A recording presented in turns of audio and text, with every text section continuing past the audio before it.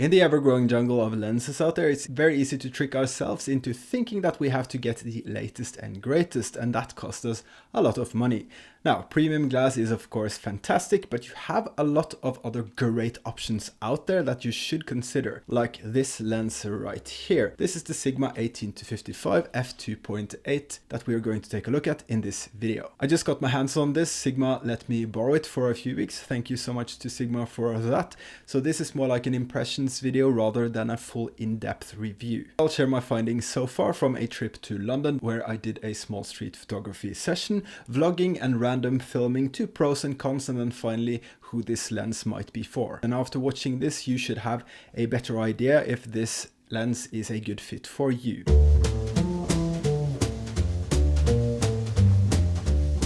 The range of this lens is 18-50, which is around 27 to 75mm equivalent on a full frame. It's fast at 2.8 throughout the whole range. It's also super light, which is one good reason I think this is a very good option, weighing only 290 grams versus the 655 grams on the Fuji 16-55 f2.8. And that's very light. It does not have an aperture ring like you can see on the native Fuji lenses. The zooming is reverse, so you zoom turning the zoom clockwise versus counterclockwise on the other Fuji lenses. To me, that's a little bit weird. The focus ring also sits on the inside right here as opposed to on the outside on the native Fuji lenses. It's made of plastic, but I think it has fairly good build quality. It costs $549, is not weather sealed, and you can find the links to this lens and all the other lenses and my equipment down in the description.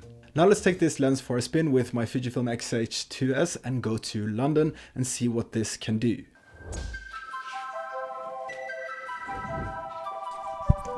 It's 5:30 and we are going to...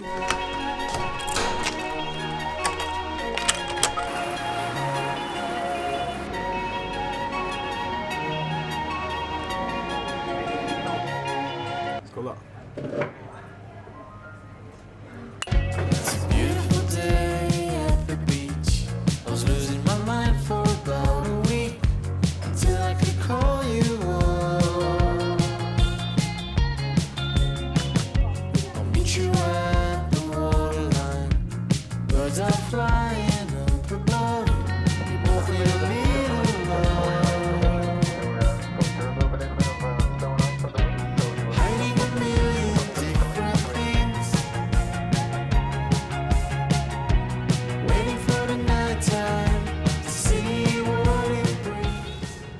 Everything you see here is filmed with the Fujifilm X-H2S and that Sigma lens. For vlogging it does work, I had no problems with it at all, but I'm used to using my 13mm, that's 20mm equivalent on a full frame, so 27mm or 18mm feels a little bit tight. On the plus side for vlogging with this lens, it's that it's so much smaller and lighter as opposed to that 13mm Viltrox lens I have. And with the extra range you have with it, it means that you don't have to change lenses all the time. And that's also a very big bonus. And just a few words about the autofocus for this lens. I've had no problems so far. I just noticed a little bit of hunting here and there. That might be the camera as well. And at f2.8 you get a little bit of that background blur we all love when we are vlogging. Right, let's get back to London and do a small street photography session. This place is fantastic. It's Canary Wharf. Now let's do some street photography.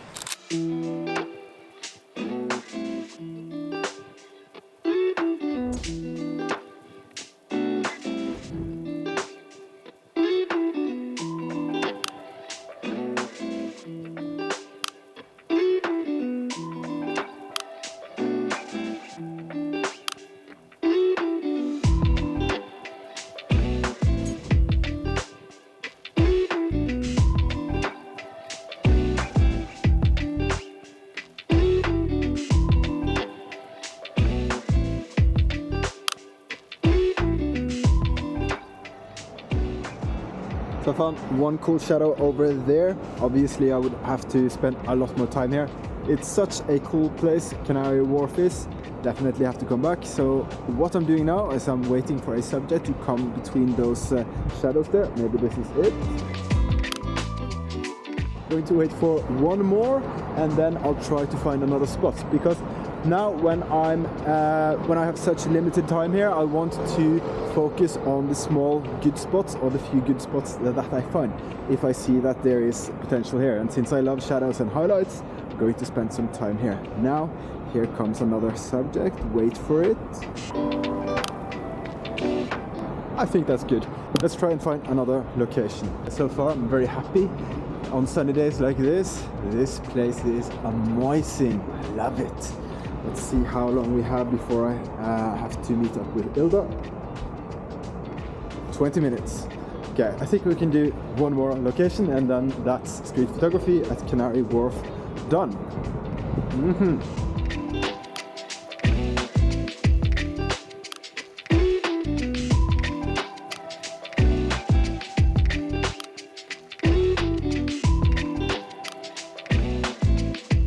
Given this trip was with my girlfriend, I only had a few hours to spare here and there, but I still think I got a few nice images. Let me know what you think in the comments. Using it for street photography was a very nice experience considering it's so light and small, and that's something I really do appreciate. I also did sneak in a few random portraits of my girlfriend here and there.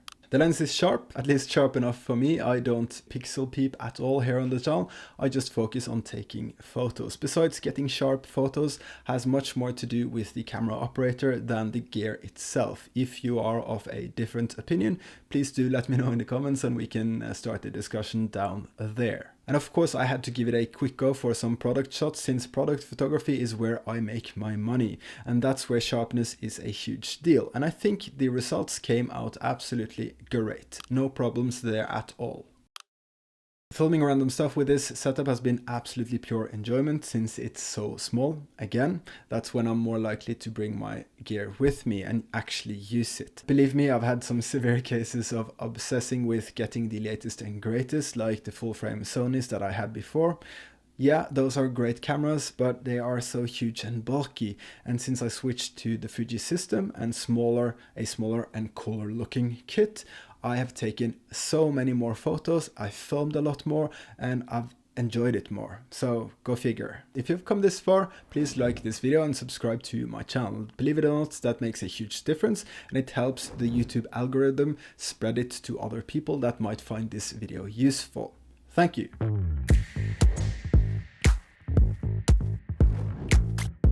It is incredibly small and lightweight, weighing only 290 grams versus the 655 grams of the 16 to 55 f2.8 native Fuji lens. I've owned that before, didn't bring it for this video since I don't own it yet, and I'm still undecided of which of these lenses I would get, if any. It's very fast at f2.8, that's a good selling point right there. It's also very affordable at only $549 versus I think $1,200 for that 16 to 55 Fuji lens. And it's sharp, at least plenty sharp enough for me and my uses, which would include street photography, making a time lapse here and there, and I film for my stock video portfolio. I had no problems using this at all. But if you want to pixel peep or look at chromatic aberrations and whatever it's called, I'm sure you can find plenty of other videos here on YouTube that will help you with the technicalities or the pure technicalities of this lens. The first one is that it has a little bit less reach than the 16 to 55 Fuji lens, but honestly, I didn't stop to think about or miss those extra millimeters of reach, not even once, not even while vlogging with the lens. The second one is that it has no aperture rings that the native Fuji lenses has. To me, that's no biggie at all either. I quickly get used to using the dial in the front here of the camera. No problems at all. A slightly bigger no biggie would be that it has no weather sealing, and I guess the small size comes with the price of taking away such features like that. To me, I don't think it makes a huge difference at all, since I don't go out shooting that much when it's pouring down rain, and if I was, I would just protect it with a plastic bag or something like that. Perhaps the biggest no biggie was that it zooms clockwise rather than counterclockwise when you zoom in using the lens. I just found that a little bit weird. I wish it was the other way around, and I don't understand why Sigma just couldn't make it as the other Fuji lenses, just to make it as user-friendly as possible. And the final thing is that they have the focus ring on the inside rather on the outside. So why couldn't Sigma figure this out? And if there are any Sigma people watching this, take a mental note. Maybe you can bring this to the Sigma people producing these lenses and do something about it. That would be awesome.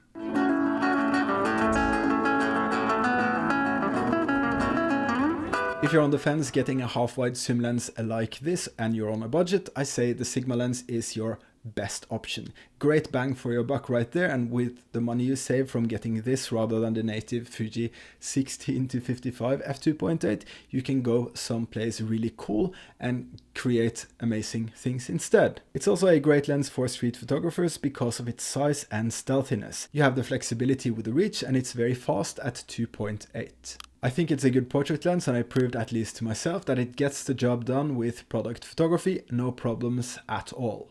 For travelers that wants to vlog and have a great all-round lens, this is also a great option. Despite being a little bit tight, it gets the job done and you have a lot of flexibility.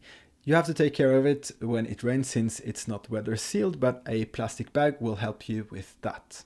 And I definitely wouldn't hesitate to use it to create awesome stock footage for my portfolio. In short, a very good all-in-one option if you are on a budget. This lens does it all. I'm still a little bit on the fence whether I should get the Sigma 18-50 f2.8 or the native Fuji 16-55 f2.8, but I'm leaning more towards the Sigma lens simply because I use my Fuji primes most of the time when I'm out shooting. If I get a mid-range zoom like this, the size and the price of the Sigma massively outweighs the minor cons that I found with my limited time of using it so far. So I hope this was useful for you, and as always, please click like and hit subscribe on my channel. That helps me massively.